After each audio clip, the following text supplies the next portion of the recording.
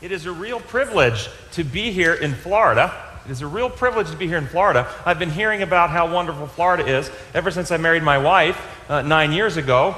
Christy was born here in Orlando at Florida Hospital.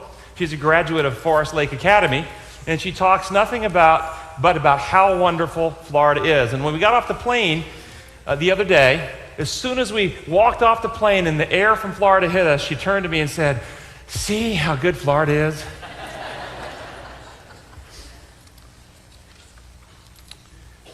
When I asked Joe why he came to see me, he said it was because his wife wanted him to come see me.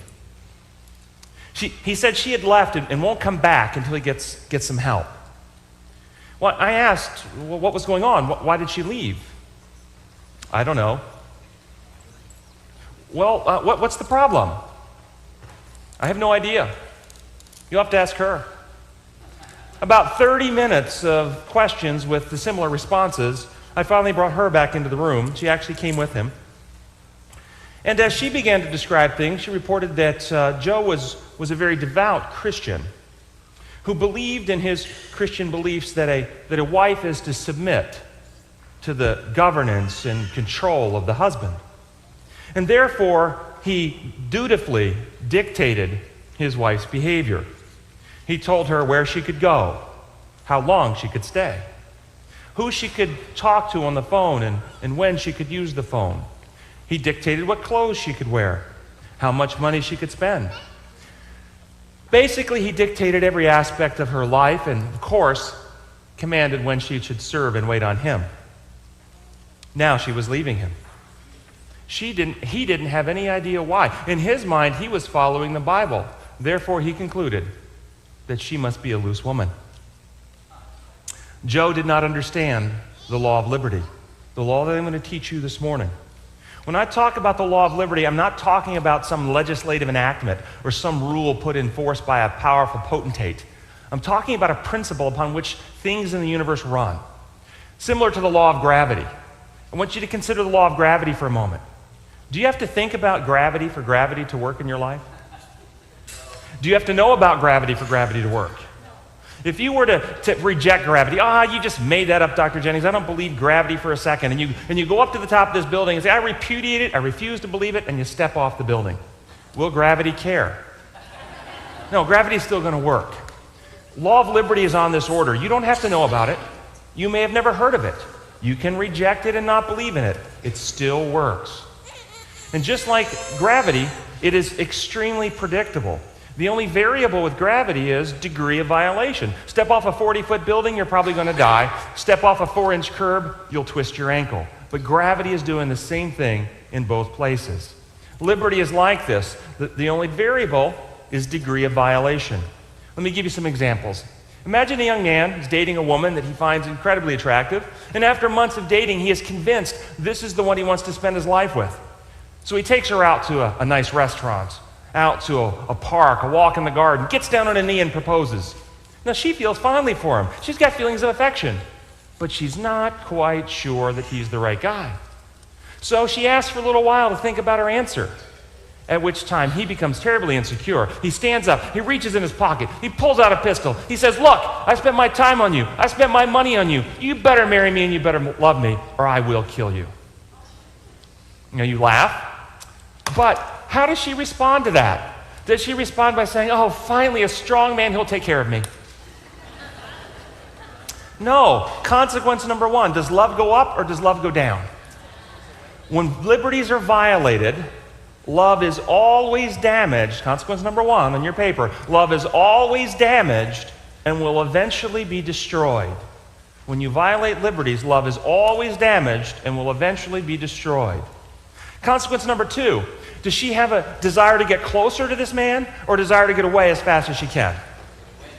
Consequence number two, a desire to rebel is instilled in the heart. A desire to rebel is instilled in the heart. I'm going to tell you about a third consequence in just a moment, but I want you to imagine you're out this weekend with your significant other and you're out at a restaurant. And the waitress comes up and says, what would you like to drink? And you say, well, I'd like a Coca-Cola, please. And your spouse looks to the waitress, not to you, and says, she's not allowed to have Coke, you bring her milk. Do you love him a little more? Oh, he's just looking out for my health. Does love get stronger or does love get bruised in that experience? You see, if that's the only thing that's ever happened in your whole relationship, that won't kill the relationship, will it? But it will bruise it. It pushes it the same way. Do you have a desire to snuggle next to the person who's just told the waitress you can't have Coke, or do you want to go to a table by yourself? See, a desire to rebel is instilled in the heart. In every circumstance, when we violate liberties, when we take away freedoms, love is always damaged, and a desire to rebel is instilled in the heart. There's a third consequence that comes.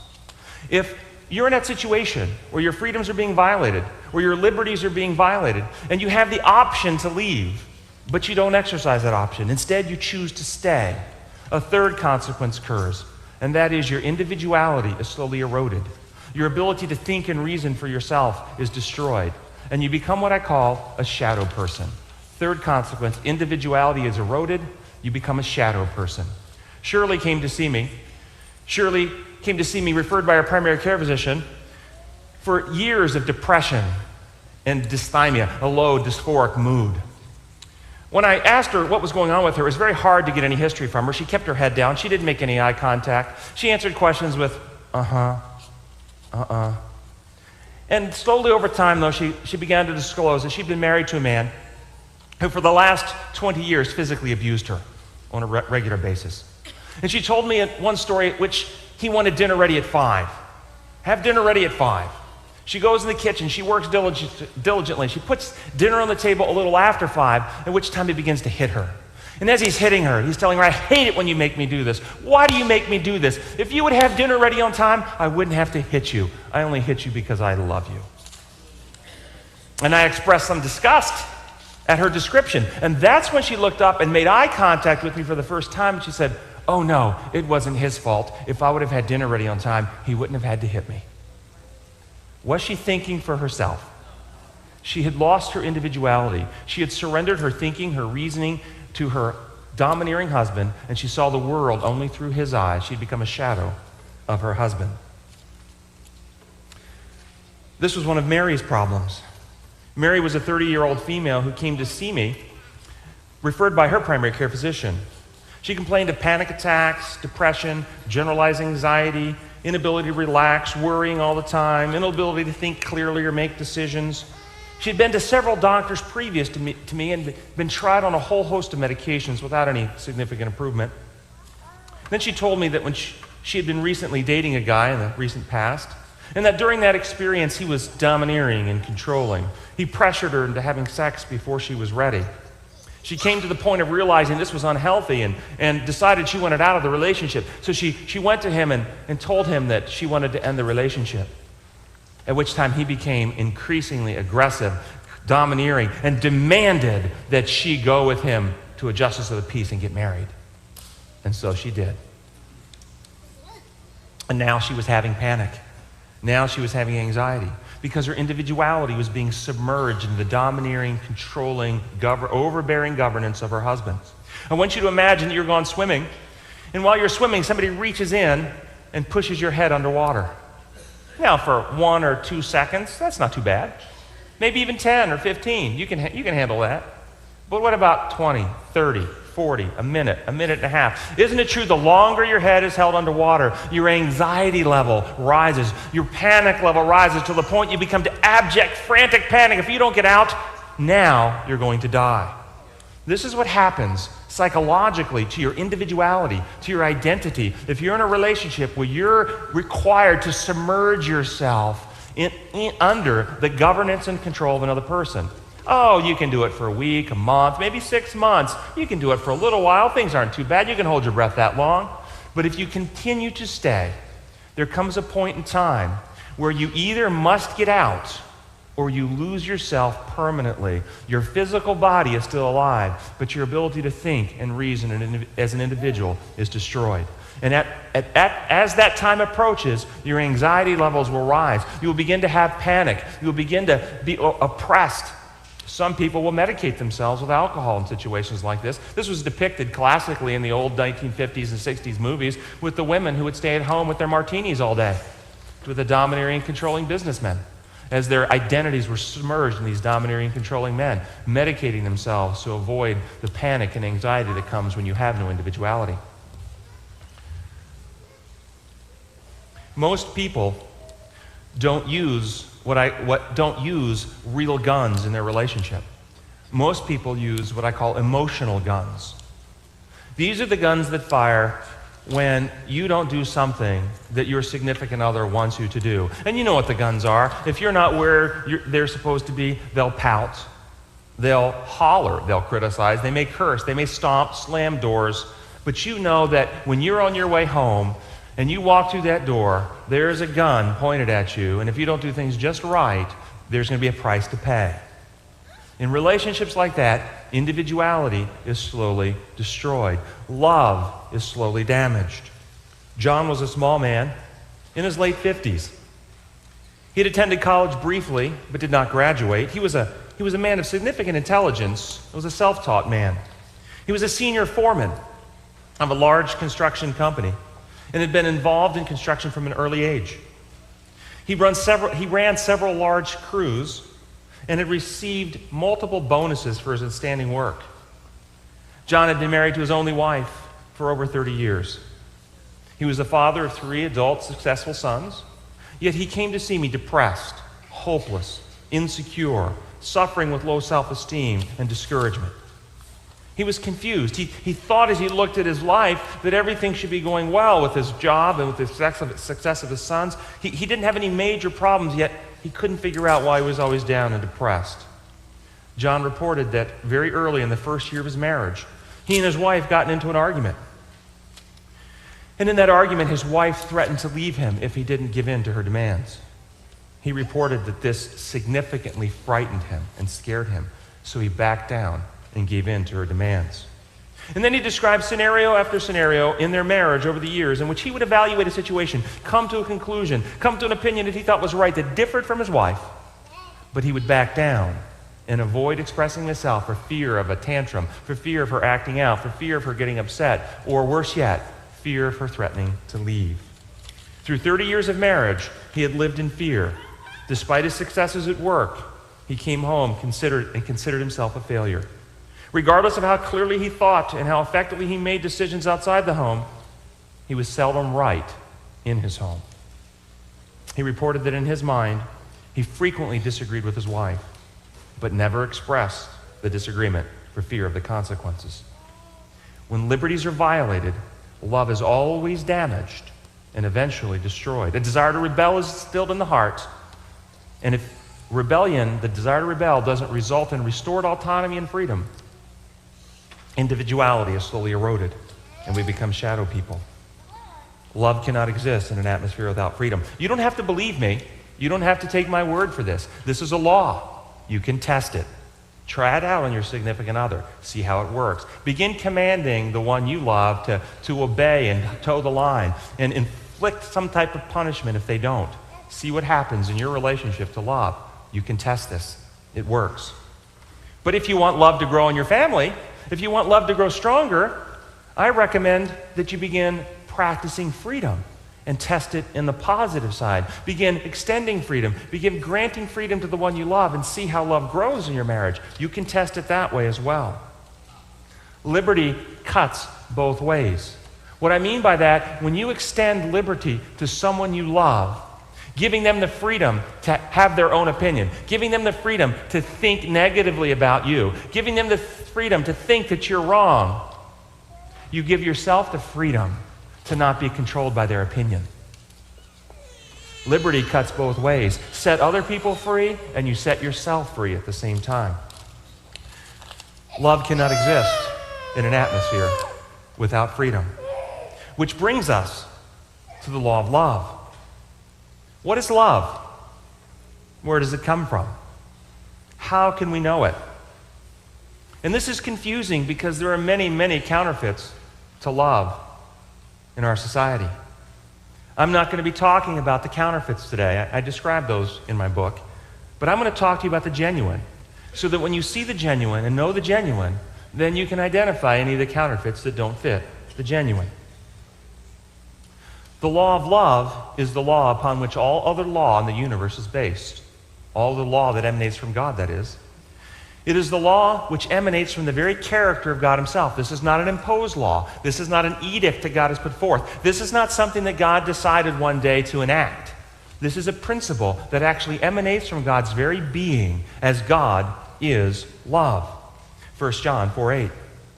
And Paul tells us in Corinthians, 1 Corinthians 13, that the quality of this love, he describes what this love is like in these words. He said, love is not self-seeking.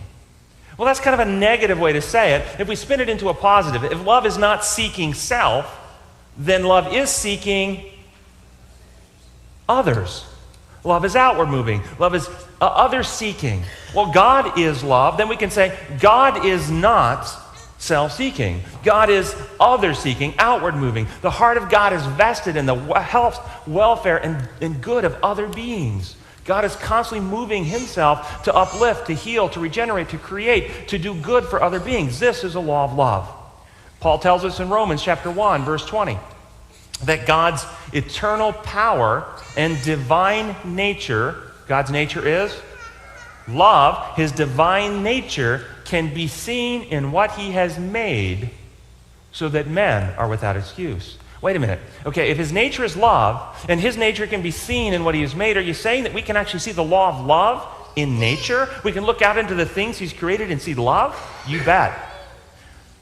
The oceans, and by the way, this law is the secret base code upon which all life in the universe is designed to operate. This is the principle upon which God designed everything to run. And I'm going to show you this law in nature. And then I'm going to show you how harmony with this law will bring you health and bring you happiness.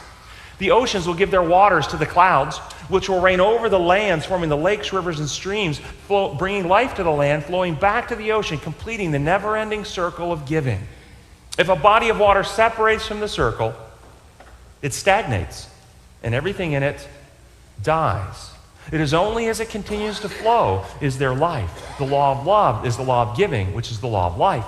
You see this in the flowers which give their pollen to the bees, and the bees which give their industry to the flowers, thus both giving freely to the other. If either one stops their ministry to the other, they both die.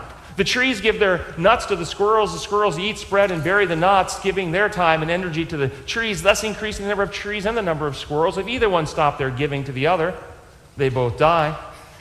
You see this in every breath you take as you give away freely carbon dioxide to the plants, and the plants give back oxygen to you. You say, look, I don't want to be part of that circle of giving thing. If my body created carbon dioxide, it's mine. I have a right to keep it. You can't have it. Well, the only way to do that is to stop breathing and to die. The circle of giving is the circle of life, which is the circle of love, and all life is created to operate on this principle of free giving. And I'm going to tell you a secret. When God has his way in our life and finishes his healing plan, it will be as easy to love others as it is to breathe. That's how easy it will be. I mean, when was the last time you get up in the morning and said, man, I've got to breathe today? Look, there's 12, 14 breaths a minute, 60 minutes in an hour, 24 hours. That's a lot of breathing. Man, I don't want to do all that breathing. That's hard. Unless your lungs are really, really badly diseased. And then if your lungs are really, really badly diseased, then it's very hard to breathe. It's hard for us to love because our hearts are very, very badly diseased. And as God heals us, restores us, regenerates us, recreates us in righteousness, it will be easy to love others as it is to breathe. You see this in everything God has created, this circle of love. Even in electricity. The electricity is the flow of electrons. Remember your atoms, neutrons and protons, surrounded by electrons around the outside of the neutrons and neutrons and protons. And the electrons will flow from one atom to the next in the flow of electrical current. We call it an electrical current as it flows. But the electrons, the electricity, the electrical current can only flow if there's a complete circle we call a circuit, an electrical circuit. If you break the circuit, the electrons can't flow. Well, this is true for our lights. If the lights are on right now, we have complete circuits. If you throw the switch to turn the lights off, you have just broken the circle, broken the circuits. Electrons cannot flow. Well, this is true not just for the equipment we use. This is true for the electrical circuits of your brain. In order for the electrons to flow in your brain, there has to be circles, the complete circles. If you break the circuits, electrons cannot flow. You see the circle of love, the circle of life, and everything God creates. The electrons circle around the atoms, the planets circle around the sun, the solar system circles in the galaxies circle in the universe. And as Ezekiel looks into heaven, in Ezekiel chapter 10, seeing the throne of God, his representative of his governorship and his rulership, and at the foundation of the throne, looking at the foundation of what his government is based upon, what does he see in vision but the wheel within the wheel, the rotation within the rotation, the circle within the circle? The law of love is the law of life. It's the principle that everything in the universe is designed to operate upon. You see this in every living system, even in our economy. For an economy to be healthy, the money has to be in circulation. If you take the money out of circulation, the economy dies. If you've been keeping up with the news recently, Congress and the president are working on a stimulus package, and their plan is to do what? Cut taxes in order to infuse money into the circulation so the economy will revive. It's based on the law of love. The law of love is the circle of life. Every living system has to have the circle intact in order for life to exist. God tried to teach us this in the Old Testament sanctuary service, the Old Testament sacrificial service. Remember, the sinner would come with the lamb. The sinner would place his hands on the head of the lamb. He would confess sin, and then, notice this, the sinner, not the priest. Notice, never a representative of God killing the lamb. It was always the sinner. Sinner then cuts the circulation. The life is in the blood, and the blood circles. And the circulation is teaching that when sin cuts the circle of love, the circle of life, death ensues. God has taught us this truth. The lifeblood of an economy is its money. The lifeblood of an electrical system are the electrons. The lifeblood of an animal is its physical blood. And the lifeblood of the universe is love. The lifeblood of the universe is love. Love flows from God through Christ out to all creation and back to God again. Psalms 19:7. The law of the Lord is perfect, reviving the soul. Regenerating, recreating, healing, bringing life to the soul. We're going to talk this weekend, all day today, we're going to talk about how this circle of love has been broken. How lies about God have gotten into our minds and sever the circle of love, sever the principle of life, keep us from being regenerated, keep us from being reconnected to God. One of those lies is the law of God is what brings death. The law of God requires death.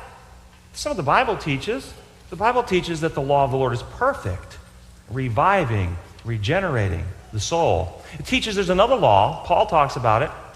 He says that the law of the Spirit of life set me free of sin and death. You see, there's another law, the law of sin and death. That's where death comes from, not from God's law. God's law is the law of life. So why do we die if we violate God's law of love? If we break the circle of beneficence? Does God have to use his power to inflict penalties? Does God have to use his power to kill? Or is it a natural consequence? Well, let's look at a couple of analogies. I have to help my patients see this because my patients don't understand these principles of God's government. They don't understand God's principles of natural law. Many of my patients will come to me and they say, Dr. Jennings, I pray every day for a peace. I pray every day for happiness. I pray every day that my troubles will go away. I have patients who have lung disease, and they pray every day for better lung functions, that God will heal their lungs. And I say, well, have you stopped smoking yet? Well, no. And so I say, well, if you went to the top of a building and you jumped off the building, and on the way down, you prayed to God for good health and a long life, what do you think will happen? If you stop brushing your teeth, don't brush them, don't floss at all, but you pray to God every day, long and hard, for healthy teeth, what do you think will happen? Is prayer substitute for making choices and governance of yourself that are reasonable and healthy? No. God has given us freedom, and we have a responsibility to make choices to cooperate with him, don't we? We have a responsibility to open the heart to trust him. We have a responsibility to open the heart to let the Holy Spirit in, to enlighten, to recreate, to regenerate. Will God force his way into our hearts? When Revelation it says, Christ says, I stand at the door and knock. If anyone hears my voice and opens the door, I will come in and sup with him and he with me. What door is he talking about? The door to our minds. What do you think he's knocking with? Is he knocking with his fist on your forehead? Rap, rap, rap. He's knocking with truth. Truth presents itself to your mind. Think about it. We've all had the experience where some truth has come to our mind and we're faced with that truth. And we have to decide, am I going to open the heart and let it in and become part of my life, or am I going to turn away from the truth? Isn't that what the Holy Spirit, the Spirit of truth, comes to our mind? And so God is knocking on our hearts with truth, and the ultimate truth we're going to discover this weekend is the truth about him. And so the question, what is it that broke the circle of love? What is it that broke this law that all life is based upon? I want you to imagine a married couple. We talked about this last night. We're going to talk about it again because this is probably one of the central things that I want you to walk away this weekend from, understanding what the real problem with sin is all about. Imagine everyone in this room that is married is in a happy, healthy, loving marriage. And someone close to you, a brother, a sister, a parent, a grown child, somebody close to you comes to you and tells you a lie about your spouse, that your spouse is having an affair. And they bring digitally enhanced photos that they've created off their computer showing your spouse with another person. Now, it's a lie. There's no truth in it. But if you believe the lie, does something inside of you change? Does the circle of love and trust get broken? Yes. This is what happened in heaven. Lucifer told lies in heaven. Imagine very quickly that you're an angel in heaven. You've had no sin. You have no carnal nature, nothing to tempt you. Lucifer, as you're woken to consciousness by God, you're privileged to meet the Father, the Son, the Holy Spirit, and this incredible being named Lucifer as well. And over the course of eons, you have a special affinity for Lucifer. Well, you love the Father and the Son. Lucifer and you have so much in common because he's an angel, you're an angel. He's come from God's presence on many occasions and shared with you wisdom from God's throne that has enlightened your mind and just filled you with wonder and awe. You've traveled the universe with him. He's been to your house. You've been to his. You've sung in the choir together. And over the course of time, you all have become close friends in confidence. And one day he comes from God's presence and says, hey, I've got something I've got to share with you. God isn't all he pretends to be. It has taken me millennia to get close enough to see through the smoke screen. He pretends to be love. He's not really love. He only pretends to be love for those who do everything just like he says. But if you have an individual thought, if you have any autonomy, anything you really want to do on your own, he'll use his power to hurt you, to make you suffer, and ultimately kill you. You can't trust God. Now, if you were that angel, oh man, what would you do?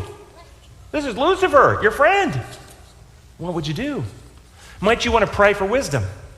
And so you go to God yourself. You say, Father, Lucifer and I just had a conversation. He said some things that are quite troubling and quite scary, frankly. And Lord, I love you, but I love Lucifer too. I don't want to have to choose. God might say, well, I'm glad you love us both because love is good. But I have to assure you what Lucifer's saying is just not true. Oh, you're relieved. Thank you, Father. Thank you. I knew there had to be a misunderstanding. Lucifer, got some good news, man. Got some good news. I just talked to the Father. He said there's a misunderstanding. What you said just isn't right. And Lucifer looks at you with tears in his eyes, puts his hand on your shoulder and says, I know. That's just the point. God is lying. If you were that angel, up to that point in universal history, had Lucifer ever done anything to harm anyone up to that point?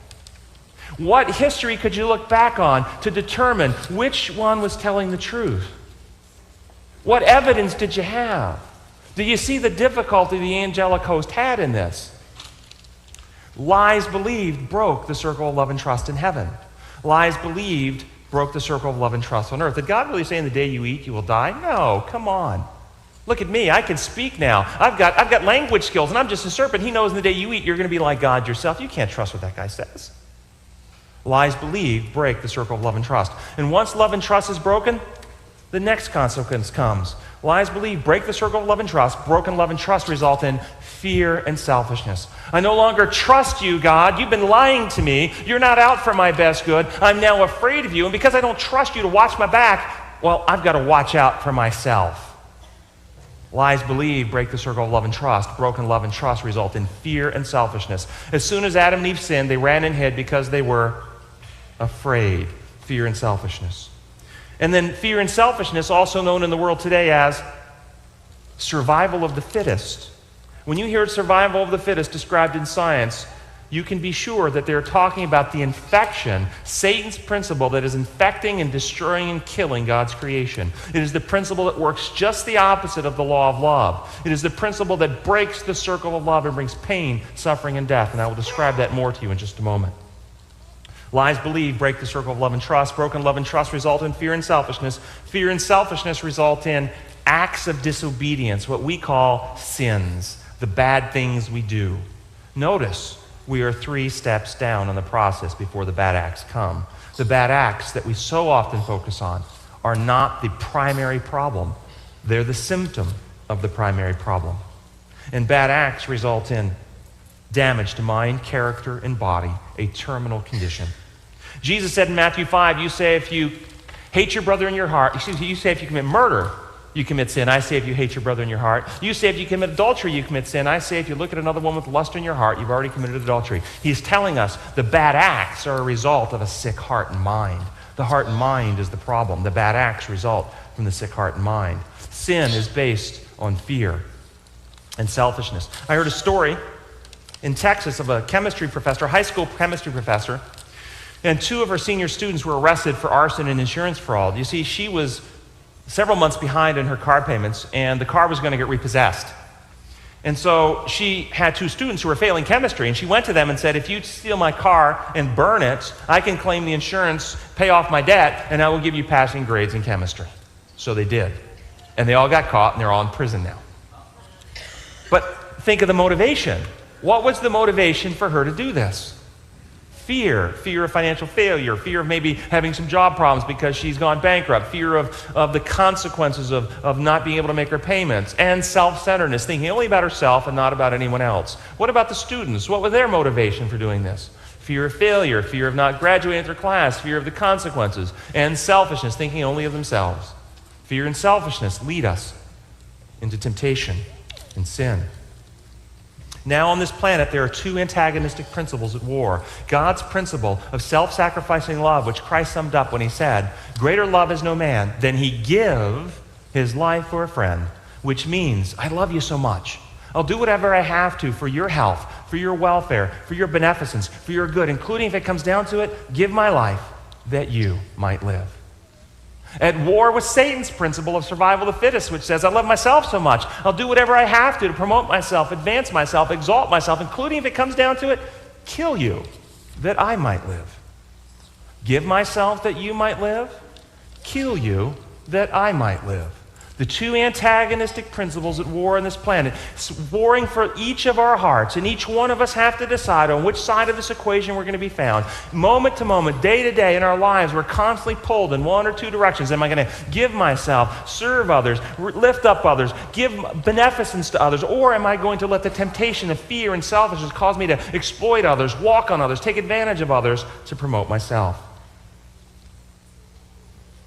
God is wanting to free our hearts and minds from fear and selfishness, to write his law of love, his law of life in our hearts and minds again. He wants to heal us, to recreate us, to transform us, to regenerate us, to be like Christ. This is the covenant I will make with the house of Israel, Christ says, the new covenant experience. I will write my laws on their hearts and minds. No one will say to his neighbor, know the Lord, for we will all know him. God is wanting to regenerate and restore. 1 John 3:16, this is how we know what love is, that Jesus Christ gave his life for us, and we ought to give our lives for our brothers. This is what God is calling us to, this end-time people, preparing a group, ready to meet him face to face. And he's had friends in history that have had this experience, had the fear and selfishness purged, had the law of love written in. Remember Moses at age 40, murdered the overseer, practicing the survival of the fittest principle. But at age 80, when God offered to start a nation with Moses, Moses offered to give his life to save others. Something had changed. Saul of Tarsus, prior to his Damascus Road experience, would beat, imprison, and stone other people, practicing the survival of the fittest method. But after Damascus Road, he writes in Corinthians, I would gladly give my life that my fellow Jews might live. A transformation, a regenerating process. The law of survival of the fittest has been replaced with the law of love.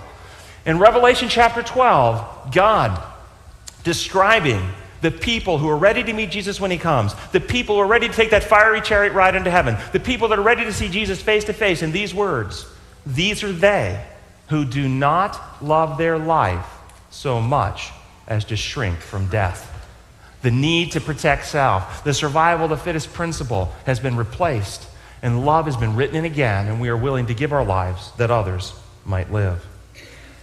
Open your hearts and minds to the truth about God. Open your hearts and invite him in. Receive his love and join again the circle of love, the circle of giving, the circle of beneficence. Let the love of God flow through you to others. And the more you receive, give. And the more you give, the more you receive. Whatever God has given to you, time, energy, talents, abilities, whatever he has given, give to others, to uplift, to build, to minister in your community. Give, and the more you give, the more you will receive. Choose to become part of God's circle of love, his circle of life, and give until the day we will meet him face to face. Gracious Father, we thank you so much that you are a God of love. We thank you so much that you don't run your universe on willy-nilly made up rules, but you have principles that emanate from your own character of beneficence and good and giving. Open our minds to understand. And as we choose to open our hearts, pour your spirit of love out to regenerate, to recreate us in righteousness. Purge that fear, that selfishness from our hearts, and bring us back into unity with you, that we can leave this place in union, in harmony with you, loving others as you have loved us. We pray in your holy name. Amen.